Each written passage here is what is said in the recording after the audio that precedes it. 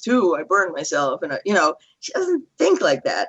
In fact, this one person that I worked with, she had these like red marks that I kept noticing on her neck. And I would say to her, is there any reason that you have these red marks? And she said, no, they just show up. I'm kind of embarrassed about them, actually. And she had this wild laughter and cough and everything. And then as we dug deeper, all of a sudden it comes up that her mother would take her and put her up against the wall by her throat. So sometimes these things don't come up as we just talk. We need to dig deeper, and they're held in a different part of the brain.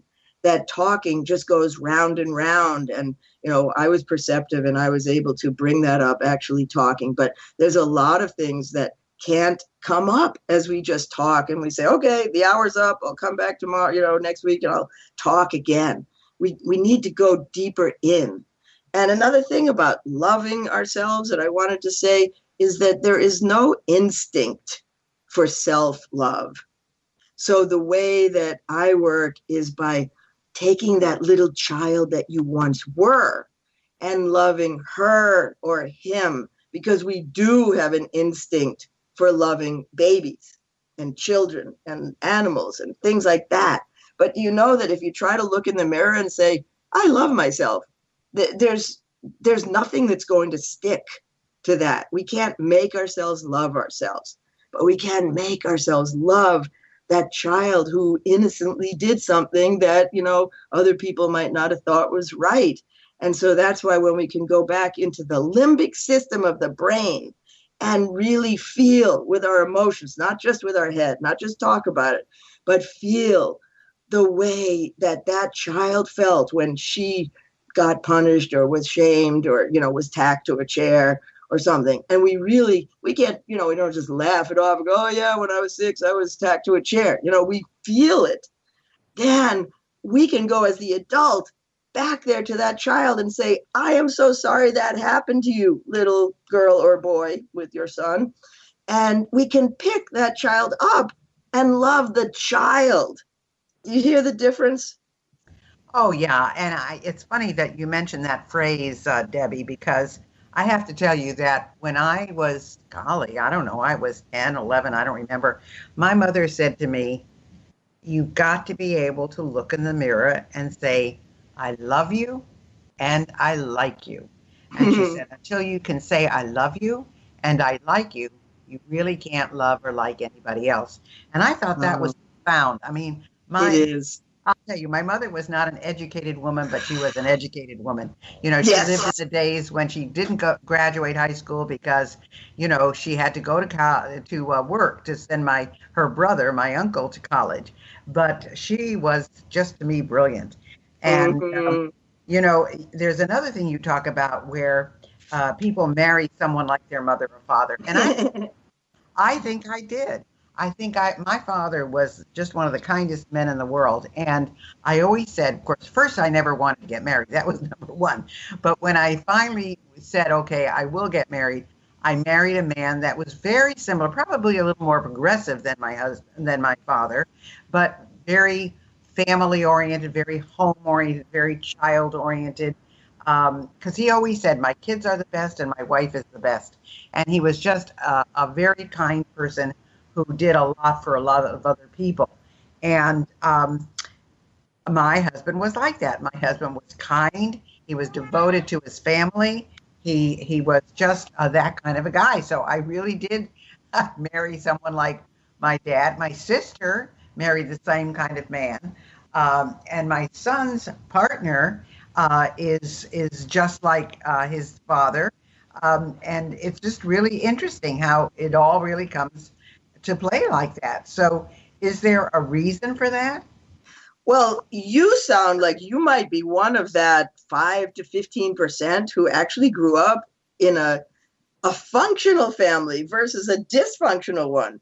Because it sounds like with your mother saying things like you have to love and like yourself, that she was very loving, and you're saying your father was kind and child-oriented. You're lucky.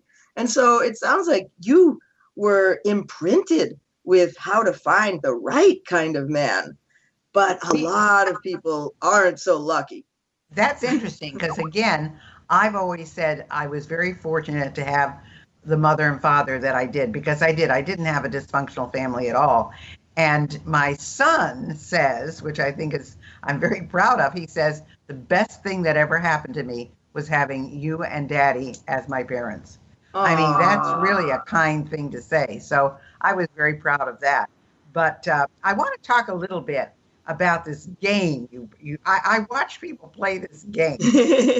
Totally baffled me because it takes a long time to do it. I was talking to you about it, and you said it takes about 3 hours to play. And it's called, it's a transformational board game.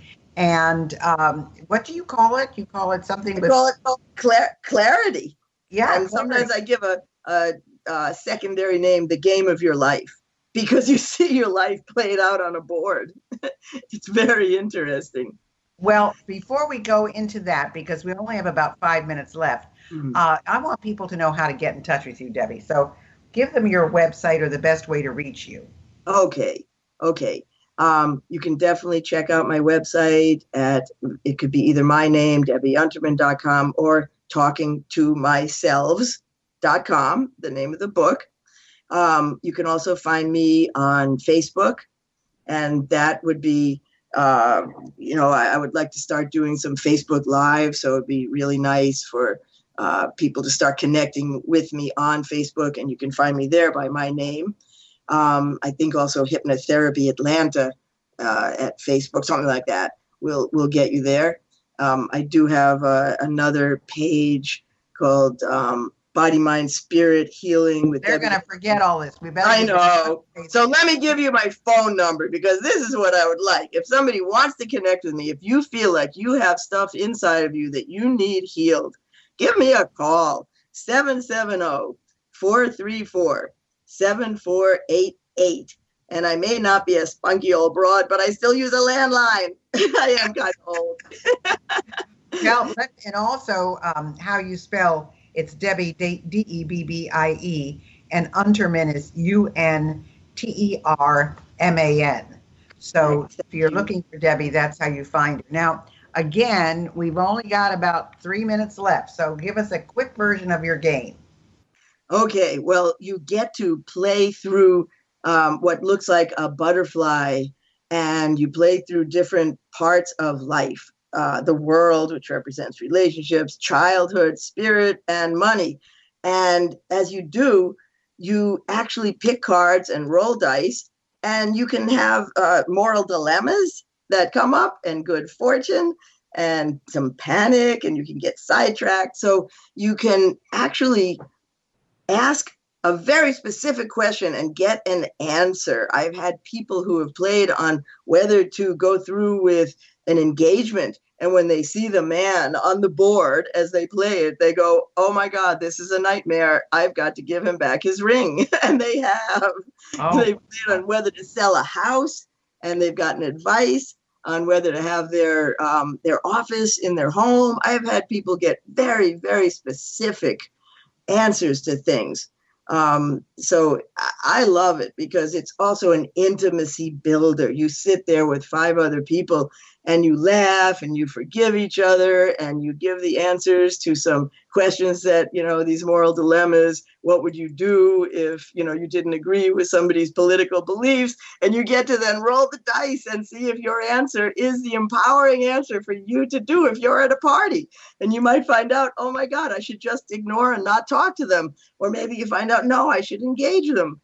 And so it literally helps you with every step of how to do something that you want to have an answer to. wow, that's terrific. Well, I want to give everybody, because you can see that Debbie is a wealth of information. So if you want to call her on the line, on the phone line, it's 770-434-7488. If you want to go to her website, it's Talking to Myselves, that's plural, SELVES.com.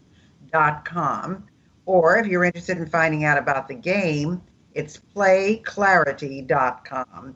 And you can, of course, find her on Facebook or Twitter at her name, Debbie Unterman. Well, Debbie, this has been really a revelation today.